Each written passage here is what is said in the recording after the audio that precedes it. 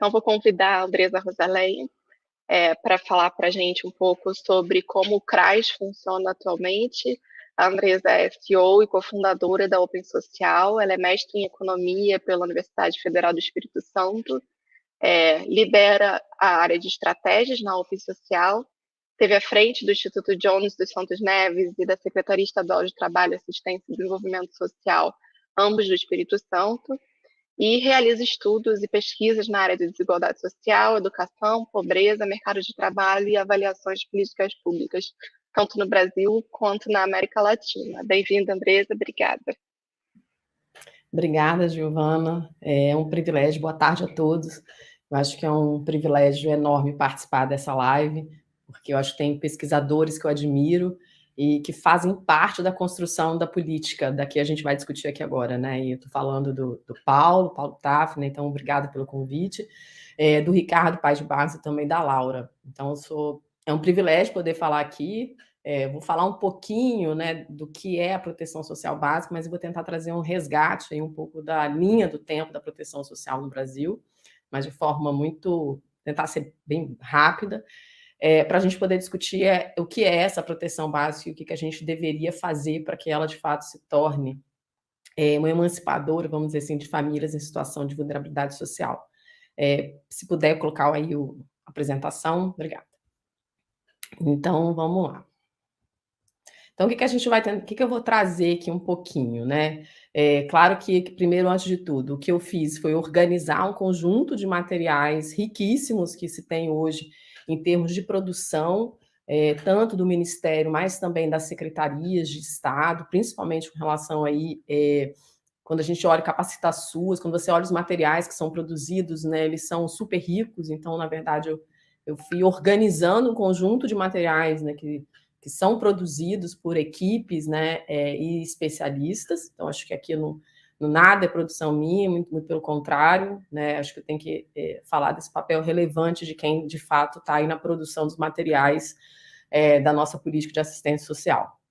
Então, vou falar um pouquinho, né, de como funciona a proteção social básica, o que o CRAS, qual é o papel do CRAS, né, frente aí à proteção social básica, principalmente, né, o PAIF, falar um pouquinho do programa, né, desse principal programa aí da proteção social, e de que forma eles contribuem para a inclusão produtiva de famílias em situação de vulnerabilidade, tá? Vou tentar passar um pouco por esses temas, mas, como eu falei antes, eu vou falar um pouquinho da proteção social e da assistência social no Brasil, da Constituição de 88, a implantação do SUAS, né, que foram uma evolução, uma linha do tempo, uma evolução da proteção social no Brasil.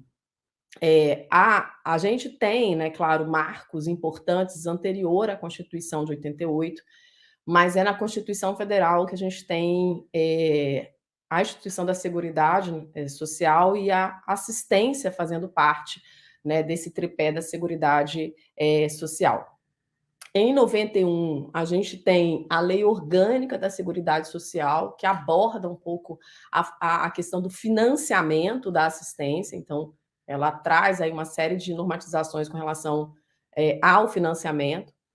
Em 93, então, a gente tem a Lei Orgânica, né, da Assistência Social, que traz, então, a política da assistência. E aí, entre 97 e 98, a gente tem as NOBs, que regulamentam aí e consolidam as comissões, né, e também o papel do conselho. Então, a CIT, a CIB, elas são reguladas e elas aparecem aí nas NOBs de 97, né, da PNAS também, e da NOB de 98. Aqui, esses documentos, inclusive, eu não consegui achar os originais deles ainda, espero conseguir achar, porque são documentos super ricos que instituem aí esses, né, as CITs, as comissões, né, o papel do conselho. Em 2003 tem um marco super relevante, que é a Conferência da Assistência, e nela que tem a aprovação do SUAS, e a partir dessa aprovação do SUAS, né, que é o Sistema Único, em 2004, o Ministério, então, tem a nova Política Nacional da Assistência, né, que traz e regulamenta, né, o SUAS, e a gente, em 2005, então, tem a implantação do SUAS, que é um novo redesenho da política da assistência, que eu vou falar um pouquinho à frente. Em 2009, a gente tem a tipificação dos serviços, em 2011, a gente tem a LOAS, novamente, né, com a regulamentação do SUAS, então ela é revista e trazendo a regulamentação do SUAS, e em 2013 a gente tem o reordenamento dos serviços socioassistenciais, que também foi outro marco regulatório importante aí para a proteção social no Brasil e principalmente para estados e municípios que executam aí a política. Então, o que a Constituição de 88, né, traz para a gente? Né? Ela assegura a assistência social como uma política. A assistência social ela deixa de ser uma ação social voluntariada e passa, de fato, a ser estabelecida como uma política, fazendo parte da Seguridade Social. Então, a assistência passa a fazer parte, junto com a saúde, com a previdência, da assistência social e, portanto, como um direito do cidadão. E o que está previsto aí, o que é assistência, o que ela presta, né? Ela vai ser voltada principalmente para os indivíduos que necessitam, independente se esses indivíduos contribuem ou não para a Seguridade Social. Vai garantir aí a proteção à família, né, à maternidade, o amparo às crianças e adolescentes, a integração no mercado de trabalho. Então, esse é um tema, acho que, de grande interesse para a gente aqui, né, que a gente está falando de inclusão, de integração com outras políticas, né, a habilitação e reabilitação de pessoas com deficiência e a questão do BPC. O que então é assegurado com a política e com a Constituição de 88? Né? Afirma o direito da assistência, né, determinando que é de responsabilidade estatal e assegura a participação da sociedade na sua formulação. Isso é outro ponto, né, importante e que até hoje, né, isso são as bases da assistência social, que é o controle social, a participação social. É orientada pela lógica do direito, né, então ela deixa de ser vista como uma ação social e passa como um dever, né, do Estado, um direito do indivíduo, do cidadão, e reconhece o controle social como uma estratégia de gestão democrática. E aí, quais são as duas principais diretrizes que vêm com a Constituição? É a descentralização político-administrativa, então, os entes federados, né, passam a coordenar e a executar, né, serviços e programas, e a participação da população, como eu falei, por meio de organizações representativas na formulação de políticas e no controle, né, das ações que são executadas nos diferentes níveis da gestão. Mas, afinal, então, o que é assistência social? Então, o que vem aí com a Constituição de 88? Ela passa a ser uma política pública, né, como eu falei, direito do cidadão e dever do Estado. Ela é integrante da Seguridade Social, junto com a saúde e com a previdência, não contributiva, né, que provê os mínimos sociais para os indivíduos, organizada num sistema descentralizado e participativo. É uma política realizada através de um conjunto integrado de ações, né, de iniciativa pública e da sociedade, e voltada à provisão de serviços, programas, projetos e benefícios sociais. E aí, com a Constituição, né, a gente tem uma série de rupturas, né, anteriores. Né? Então, a gente sai do cidadão carente para o cidadão de direitos, das ações sociais para a política pública, né, da centralidade do Estado como agente, né? Então a gente passa de ações isoladas para a centralidade do Estado como agente executivo, né? Do assistencialismo para a questão socioassistencial. Então a gente tem essas rupturas importantes, né? Com a Constituição de 88. E aí a gente tem, na sequência, a lei. Então a gente tem a Lei Orgânica da Assistência, que ela vem definir a política e os objetivos, vem estabelecer os princípios e diretrizes, né? Então, a questão da universalização, a igualdade de acesso, descentralização e participação. E ela trata, então, como eu havia dito lá no início da linha do tempo, da organização e da gestão da assistência de forma descentralizada, e participativa. Então, a gente tem com a LOAS e, na sequência, também com as normas 97 e 98, que institui esse modelo que é utilizado até hoje, né, de conselhos, planos, fundos e conferências, tá, que eu vou até mostrar aqui na sequência. Então, esse é um pouco o Sistema Único, o SUAS, hoje ele também funciona, ele opera, esse é um pouco a forma de operação do SUAS, que é esse sistema descentralizado e participativo. Né? Então, a gente tem as instâncias de gestão, que é o Ministério e as secretarias estaduais e municipais, as instâncias de negociação e pactuação, que são as comissões de intergestora tripartite e a bipartite, e aqui onde tem, né, grande parte das resoluções que normatizam aí, que regulam, né, assistência, os serviços, né, as normas, as instâncias de deliberação e controle social, que são o Conselho Nacional e os conselhos estaduais e municipais, e as instâncias de financiamento, que são os fundos, né, o nacional, o estadual e os estaduais e os municipais. E isso tudo está relacionado, está ligado, né, à rede de serviços governamentais e não governamentais, e assim chega-se aos destinatários e usuários. Então, essa é a forma, né, que vem já, né, que foi dita, né, que foi colocada, a forma descentralizada na Constituição de 88, e é regulamentada com a LOAS e também com as normas de 97 e 98. E qual é o papel da assistência, então, no sistema, né, de proteção social, né, nesse sistema aí que a gente vem falando? Então, ela tem a função de proteção social, né, de proteger, né, de evitar o risco, né, o dano, reduzir dano, então, assim, de proteger, de proteção social, a vigilância socioassistencial e a defesa dos direitos. Né? E para quem que ela é voltada? Ela é voltada para as famílias em situação de vulnerabilidade social, então, em riscos de perda de vínculo, em situações de renda, né? Então, são essas situações. A gente tem famílias e indivíduos também, famílias e indivíduos em situação de risco pessoal e social, e aqui a gente já está falando um pouquinho das violações de direitos. E tem como garantia das seguranças socioassistenciais, né? Que aí a gente vai falar das seguranças que são garantidas pela assistência, que é a de renda e desenvolvimento da autonomia, então garantir um acesso a uma renda mínima, né, e a promoção do protagonismo, do desenvolvimento do indivíduo, das famílias, né, o convívio familiar e comunitário, então é assegurado, né, essa questão do convívio familiar e comunitário, impedindo, né, o isolamento, né, também garantindo reconhecimento social, a acolhida, principalmente nas situações específicas de risco, quando se tem violações de direito. Então, essas são 3 seguranças socioassistenciais que são previstas. Quais são os objetivos, então, da política? Prevenir e reduzir situações de risco social e pessoal, proteger pessoas e famílias, criar medidas e possibilidades de socialização e inclusão e monitorar as exclusões e riscos sociais da população.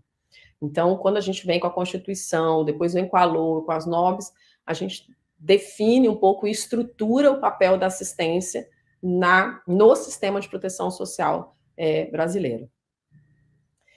E aí, nessa evolução e das necessidades do desenvolvimento, em 2003 tem a Conferência Nacional e se delibera pela então, implantação do Sistema Único de Assistência, que vem consolidar esse papel que desde a Constituição já vem se falando sobre a gestão descentralizada, participativa e democrática da assistência. Então, o Sistema Único, né, da Assistência Social, ele vem, então, para consolidar o que vem sendo, né, dito pela Constituição e também pela LOAS e pela NOB. E com base também na conferência, o Ministério delibera e elabora a Política Nacional de Assistência Social em 2004. Então, junto com a Política Nacional de Assistência em 2004, também é estabelecida a norma operacional básica, que traz aí as orientações para a execução da política. E o que a política da assistência estabelece, assim, como, né, trazendo linhas gerais aqui, né? Ela começa a classificar, ela traz a classificação dos municípios por porte, então a gente passa a dividir os municípios por porte, e essa divisão por porte ela é importante para os serviços, ela é importante para a oferta dos serviços, para a questão do cofinanciamento, então ela passa a organizar a assistência, a execução da assistência a partir dessa classificação.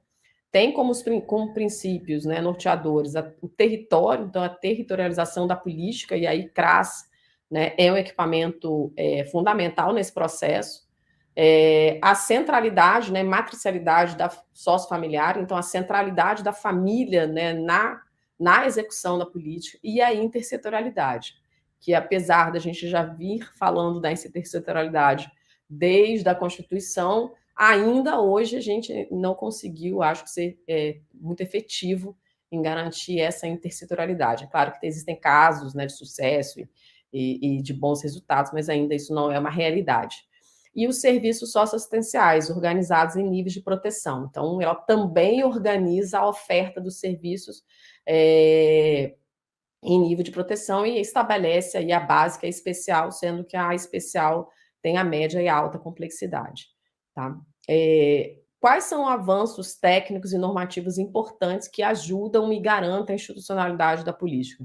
Então, a gente tem as normas operacionais, a norma operacional, né, de recursos humanos, a implantação dos equipamentos, e a gente começa a ter, né, uma implantação mais uniforme, né, em todo o território nacional, de equipamentos importantes como CRAS e CREAS. A gente tem a tipificação dos serviços, né, então a gente passa a ter o detalhamento do que são esses serviços da oferta. A gente também tem a instituição das equipes de referência para a execução desses serviços. A gente passa a ter também a instituição da vigilância socioassistencial, né, que é garantia de monitorar os territórios e as suas vulnerabilidades, o plano decenal e o pacto de aprimoramento da gestão, que tem esses dois últimos que têm um papel mais de gestão, né, estabelecendo metas para assistência, e o pacto de aprimoramento, principalmente para os estados e municípios, com relação ao aprimoramento aí de serviços, né, do que é ofertado. E o que é, então, o Sistema Único de Assistência Social, que vem, então, para reordenar e redesenhar a oferta da Política Nacional de Assistência Social. Então, o que preconiza aí o SUAS? Ele supõe um pacto federativo com definição de competência dos entes, né, das esferas de governo. Ele traz uma lógica de organização das ações por nível de complexidade, por território, né, considerando regiões e portes, e a forma de operacionalização da LOAS, né, que viabiliza esse sistema descentralizado e participativo e essa regulação em todo o território. Então, a gente passa a deixar de ter ações mais isoladas, a gente tem um sistema único, então, que organiza, né, toda a oferta de serviços, benefícios e programas. Toda essa parte, né, da gestão. O que caracteriza? O que caracteriza o SUAS? Né? É o sistema articulado, provedor de ações, né, por proteção. Então, a gente tem aí, novamente, a proteção social básica e a especial. A regulação por hierarquia, né, dos vínculos e das responsabilidades no sistema, principalmente dos serviços, benefícios, né, e ações da assistência social, e a alteração dessa história de fragmentação programática. A gente passa, então, a ter, de fato, esse sistema único da assistência, né, com esse olhar menos fragmentado, né, do que é ofertado para a população. Esse, então, é um pouquinho a lógica de estruturação no sistema da assistência. Então, ele é estruturado basicamente pelas duas proteções, a básica e a especial, sendo que a gente tem, elas são organizadas pelo nível de complexidade, pelo nível, né? Então, a proteção social especial vai tratar da alta vulnerabilidade de pessoas, né, e famílias e comunidades, e aí a gente já está falando quando se tem as violações de direito. A gente, quando fala aí da proteção social especial, a gente vai estar falando da média complexidade, da alta. Da média, a gente vai estar falando dos CREAS, né, e do Centro POP, que são, né, atendimento à população em situação de rua. Mas a gente também vai estar falando, né, das medidas socioeducativas, né, que também estão aqui, os serviços de abordagem. E a alta complexidade, que a gente vai estar falando principalmente dos abrigamentos, né, dos acolhimentos. E o que é, eu acho que o principal, né, hoje, que a gente vai abordar aqui, tem abordado aqui, né, na live, é principalmente esse papel da proteção social básica, né, que é esse caráter preventivo e de inclusão social. Acho que esse aqui é a temática principal da live, né, e a gente vai estar falando aí, então, da proteção social básica com a sua oferta no CRAS e, principalmente, do Serviço de Proteção e Atendimento, né, que é o PAIV, tá? Quais são as diretrizes, então, para a execução e as bases da organização do SUAS? Né? E aí, de novo, vocês veem que a gente a política ela vai se organizando, ela vai cada documento ela vai normatizando, explicando mais, né, detalhando mais, como vai ser na prática a sua execução, a sua operação. Então, a gente vai estar falando aí, né, descentralização político-administrativa, como a gente já vem falando, participação da população. Então, a gente, de novo, né, vem aí reforçando esse caráter, né, a primazia da responsabilidade do Estado na condução da política, né, a centralidade da família para, né, a concepção, implementação de benefícios, serviços e programas, a questão territorial, que passa a ser fundamental, o financiamento pelas 3 esferas de governo, né, tem a instituição da política de recursos humanos e traz aí a questão da informação, monitoramento e avaliação, que também a gente ainda tem um caminho aí para avançar com relação a isso. Quais são as proteções, então, só para detalhar um pouco mais, né, que seriam as proteções social básica e proteção social especial. Como a gente falou, né, o CRAS é o principal equipamento para proteção social básica e o CREAS para a proteção social especial. O principal serviço, né, da proteção social básica é o serviço de proteção e atendimento, né, integral à família, que é o PAIF. Mas qual que é o grande objetivo dessas proteções? É a oferta desse conjunto de serviços, benefícios, projetos, programas, né, que são ofertados ao indivíduo e à família, né, que são ofertados normalmente pelo CRAS, pelo CREAS ou pela rede, né, referenciada a esses equipamentos. Eles visam garantir as seguranças sociais, que foram aquelas que a gente falou, né, segurança de renda, né, do desenvolvimento, né, da autonomia, do convívio, do acolhimento. Então, ele visa, né, essas proteções, a garantia dessa segurança. Então, elas vão estar o tempo todo garantindo, tentando, né, com o objetivo de garantir essas seguranças sociais, que vem lá desde a Constituição. E as ações desenvolvidas buscam articular, né, as transferências de renda com os serviços, né, e com programas, né, para o desenvolvimento dos indivíduos, famílias e comunidade. Então, as proteções também têm esse caráter de integração, principalmente quando a gente olha aí a proteção social básica, que é o nosso objeto aqui, que eu vou falar um pouquinho mais, tá? Então, o que é essa proteção social básica, né? Ela tem esse caráter preventivo e de inclusão, como a gente falou. Então, ela tem esse papel de prevenir situações de risco, né? E ela sai dessa ótica do problema e passa para uma ótica de desenvolver as potencialidades e aquisições dessa família e tenta, né, e atua no fortalecimento dos vínculos familiares e comunitários. Então, são os 2 grandes objetivos da proteção social básica. Como a gente já vem falando, ela é voltada para famílias, indivíduos que vivem em condição de vulnerabilidade, seja de pobreza, de privação, então a ausência de renda, precariedade, de acesso a serviços públicos, né, dentre outras privações, e de fragilização de vínculos, né, afetivos, né, tanto com relação à sua família, mas também com relação à sua comunidade, e aí entram as discriminações, né, étnicas, etárias, de gênero, e dentre outros. Qual acho que o grande papel, né, eu acho que o caráter da proteção social básica e o que nos traz aqui? É, de fato, esse olhar mais de forma integral para o indivíduo e para a sua família, né, buscando aí a superação das suas vulnerabilidades e trazendo a integração, a lógica da integração de serviços, benefícios e programas e ações também de outras políticas. Então, acho que esse olhar da integração que é fundamental, de fato, para a gente conseguir romper, né, e ir tirando as famílias das vulnerabilidades, né.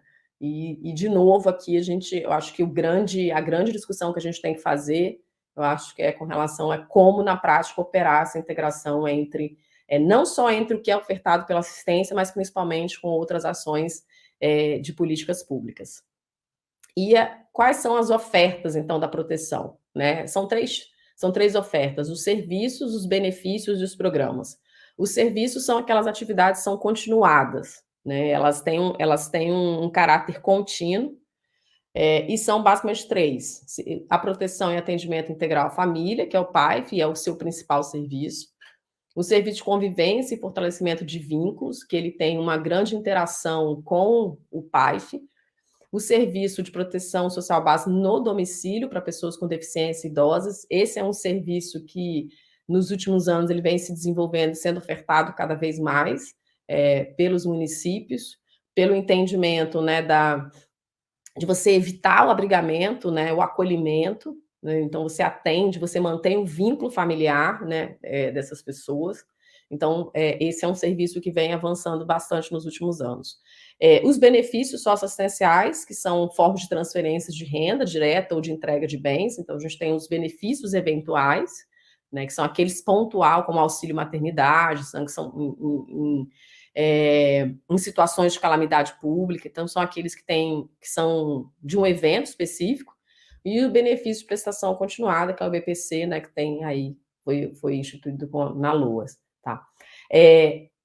O Bolsa Família, ele é um tipo de transferência, mas ele também está enquadrado hoje no que se chama, né, dos programas. Então, o que são programas? São ações integradas e complementares, né? E eles têm prazo e área de abrangência, eles não são uma atividade contínua, eles têm um tempo, deveriam ter um tempo determinado. Por isso, até essa discussão do Bolsa Família, se ele de fato é um programa ou ele já é um benefício por ele ser uma transferência de renda.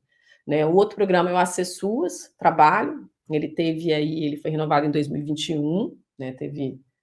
E a participação do SUAS no Criança Feliz, né, que tem aí como programa o Criança Feliz, e o SUAS também tem a sua participação no Criança Feliz, no programa Criança Feliz. Onde ocorre a oferta da proteção social básica? Né? O CRAS é a unidade pública de referência da proteção social básica, né? Ele hoje, por sua capilaridade, ele usa um equipamento, assim como as unidades de saúde, né? Ele é extremamente capilar nos territórios, né? E ele é a principal porta de entrada no Sistema Único da Assistência, né? E é lá que possibilita esse atendimento de um grande número de famílias.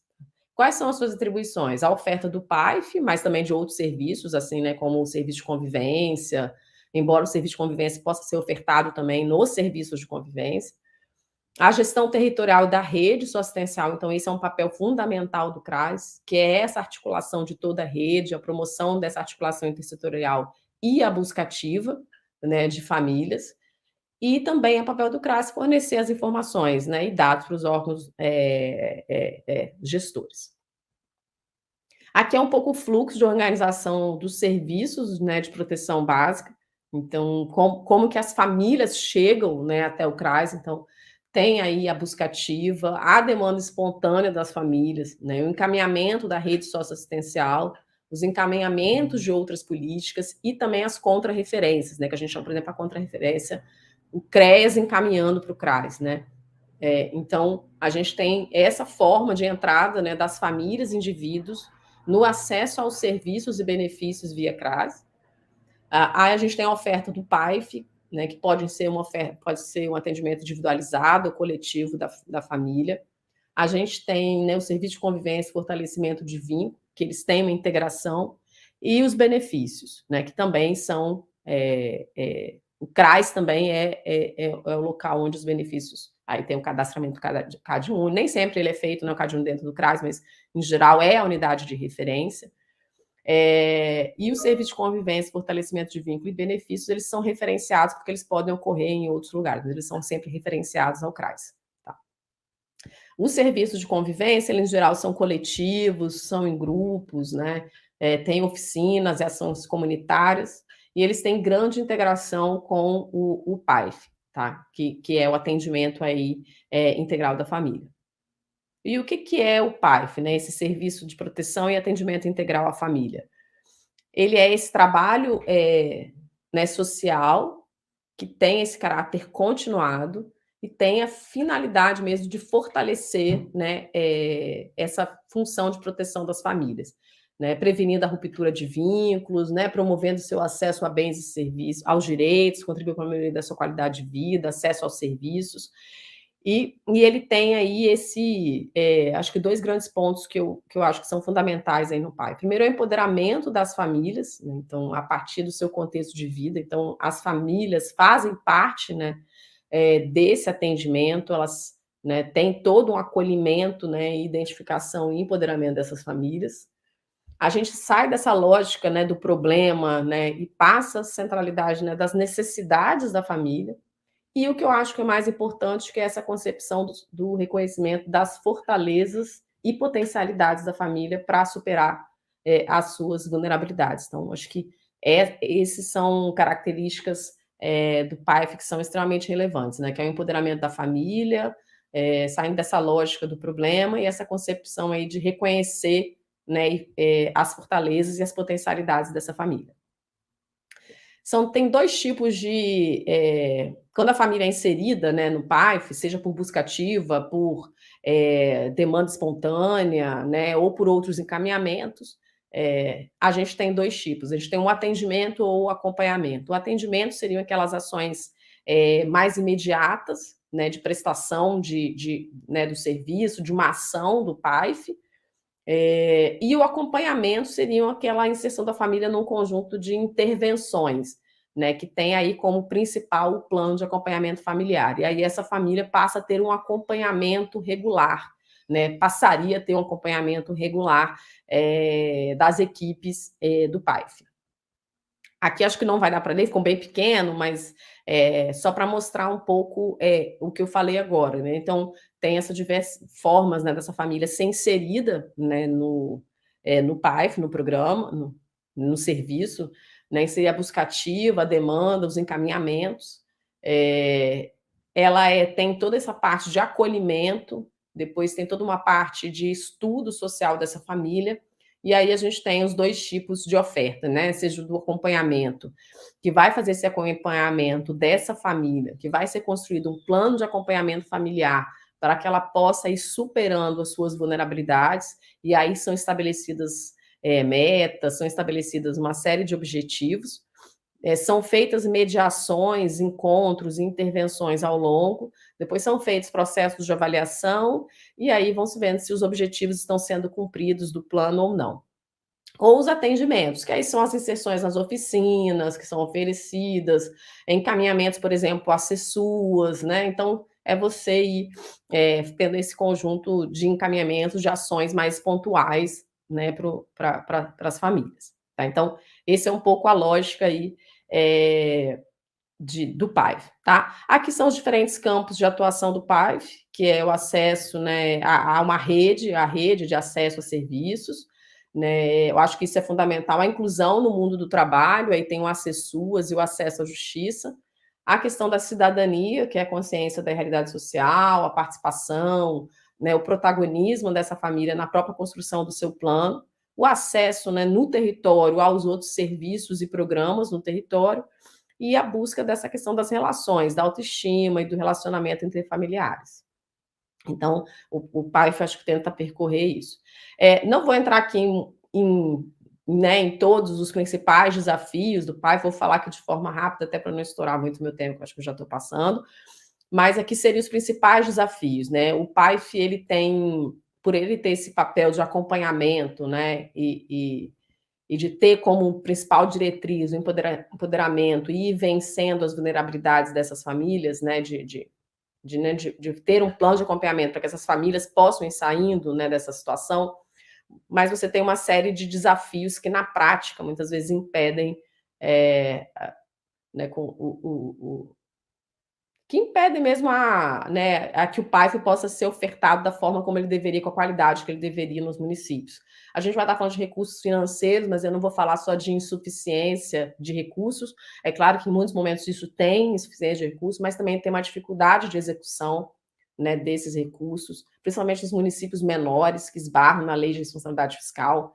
A gente vai estar falando de escassez de profissionais qualificados, a gente está falando do PAIF, um acompanhamento familiar, contínuo, então a gente precisa de equipes, né, de profissionais multidisciplinares, a alta demanda, né, e sobrecarga dos atendimentos, então a própria falta de profissionais, né, geram também essa sobrecarga, né, a gente tem aí uma sobrecarga de atendimento, essa questão da articulação intersetorial, né, o PAIF requer essa articulação para que ele seja bem sucedido, mas na prática, essa falta de coordenação, de integração entre as políticas prejudica a oferta desses serviços, né? As questões, principalmente de acesso e abrangência, quando a gente fala de municípios, né, de grande extensão territorial, né, ou de populações dispersas, né? Essa dificuldade de garantir o acesso ao serviço, né, desafios culturais e contextuais, cada município, cada comunidade tem suas particularidades, cada território tem suas particularidades,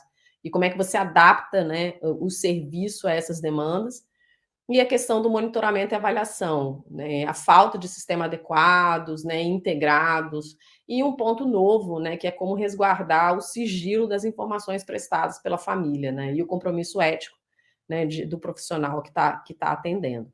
Então, esses são alguns dos desafios de se implementar, né, de forma talvez adequada, né, o PAIF, né, com esse real objetivo aí de garantir a superação das vulnerabilidades. O que todo mundo quer, e para encerrar, eu acho que, né, e eu vi aí, né, o Ricardo e a Laura, é que todos queremos de fato, esse mecanismo de inclusão, né, produtiva das famílias em situação de vulnerabilidade. Né, e como que a gente vai fazer isso? Acho que essa é a grande, grande questão. E aqui eu acho que entra a importância da política da assistência social e principalmente do PAI.